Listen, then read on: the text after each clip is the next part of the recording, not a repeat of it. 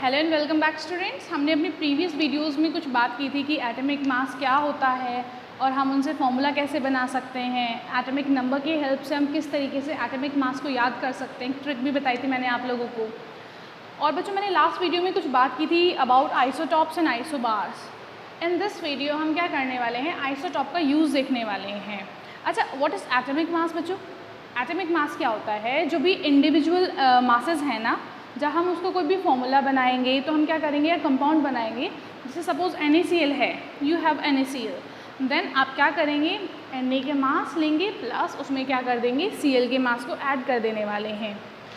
लेकिन अगर मैं आपको Cl दे देती हूँ, ठीक है, आपको मालूम है Cl के आइसोटॉप्स होते हैं।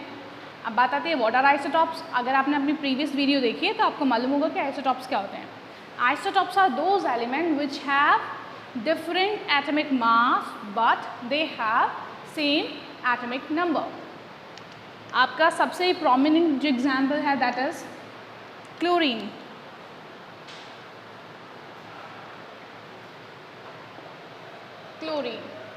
क्लोरीन के बच्चे दो आइसोटॉप होते हैं। ओके, तो आइसोटॉप है ना, तो एटॉमिक नंबर तो दोनों का 17 होगा, लेकिन जो एटॉमिक मास है वो एक का कितना होता है, 35 होता है और एक का होता है 37। अगर आप लोग याद करो तो जब मैं आपको एटॉमिक मासेस बता रही थी तो मैंने क्या बोला था कि जो क्लोरीन का एटॉमिक मास होता है दैट इज़ 35.5, उसका एटॉमिक नंबर होता है 17। और मैंने आपको बताया था कि अगर किसी का एटॉमिक नंबर ऑड है ना, तो एटॉमिक मास किस तरीके से निकालेंगे, हम क्या कर देंगे बच्चों, इंटू 2 + 1। इट शुड बी कितना होना चाहिए था, इट शुड बी 35, बट नहीं 35, ये कितना आता है, ये आता है 35.5। अब बात आती है जो आधा है 0.5 आया कहाँ से, वो इसलिए आया क्योंकि हम इसका लेते हैं एवरेज एटॉमिक मास। क्योंकि अब मेरे पास दो तरह की क्लोरीन है, तो मैं इसको प्रेफर करूँ या इसको प्रेफर करूँ, तो ये डिपेंड करेगा किस पे, हम क्या ले लेंगे, इसका हम लेने वाले हैं इसका एवरेज।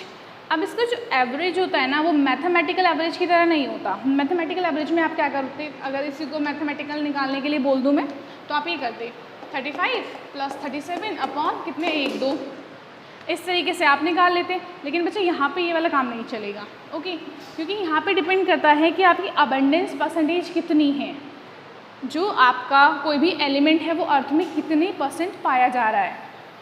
ओके, और इसका फॉर्मूला देख लेते हैं हम कि हम किस तरीके से निकालते हैं इसको। देखो बच्चा, एटॉमिक आपके पास दो आइसोटॉप है ना, सपोज करो क्लोरीन है, हम क्लोरीन ले रहे हैं तो दो ही आइसोटॉप हैं क्लोरीन के। Then you have atomic mass of isotope 1।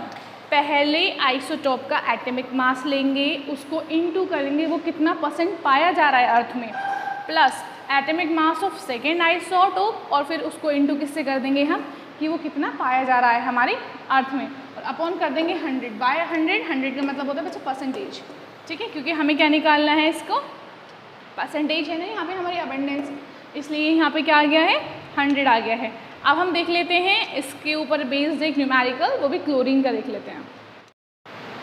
Students, अब हम इसी के ऊपर बेस्ड एक न्यूमेरिकल देख लेते हैं। न्यूमेरिकल क्या है, जो मैंने आपको एग्जाम्पल बताया है ना, वही हम प्रैक्टिकली करके देख लेते हैं एक बार। Got it? तो बच्चों आपको जो देखो, यहाँ पे मैंने क्वेश्चन नहीं लिखा है, बट मैं क्या करूँगी, आप लोगों के लिए क्वेश्चन को इंसर्ट कर दूँगी सो दैट आप लैंग्वेज को देख पाएँ और सीख पाएँ।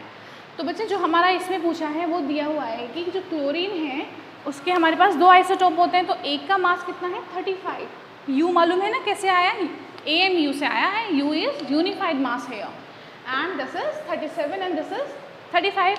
Hair abundance percentage is not given to you. यहाँ पे क्या दिया हुआ है, आपको रेशियो दी हुई है। रेशियो में मुझे ये बताया हुआ है कि भाई 3:1 की रेशियो में है ये।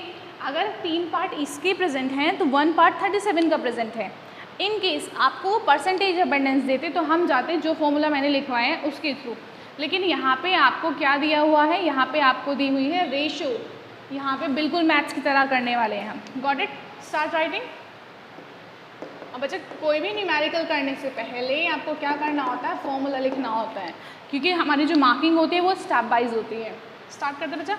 तो पहला क्या है हमारा 35, ये atomic mass of first isotope is 35, and then we have to multiply it with the abundance percentage। here abundance percentage is not given, तो हम क्या लेंगे, ratio. Ratio is given, plus 37 की रेशियो कितनी है बच्चा? 37 की रेशियो है 1 अपॉन, जिस तरीके से हम मैथ्स में रेशियो करते हैं ना कि सपोज़ करो एक के पास 3 है और एक के पास 4 हैं, इनकी रेशियो निकाले, तो अगर मुझे इसकी रेशियो निकालनी होती थी तो मैं क्या करती थी, इसकी निकालनी है तो 1/4 करते हैं, ठीक है। इसी तरीके से हम क्या करने वाले हैं, इनको इंटू करेंगे और अपॉन में क्या रखने वाले हैं, 4 रखेंगे।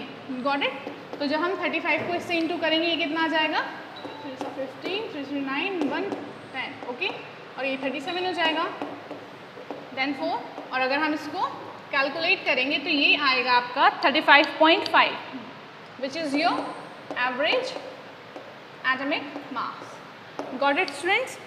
अब मैं आपको 3 क्वेश्चन दूंगी होमवर्क में। होमवर्क क्या है बच्चा, वो आपको ना जस्ट ट्राई करना है, you have to try those questions. अगर नहीं आते हैं कोई प्रॉब्लम नहीं है, मैं आपको या तो आप मुझे पर्सनली मैसेज करके भेज सकते हैं कि मैम ये वाला मुझे नहीं आया है, आप मुझे बता दो, ओके। अदरवाइज़ अगर बहुत सारे लोगों की प्रॉब्लम होगी तो फिर मैं उसी तरीके से एक वीडियो बना के आप लोगों के लिए दे दूँगी। Thank you.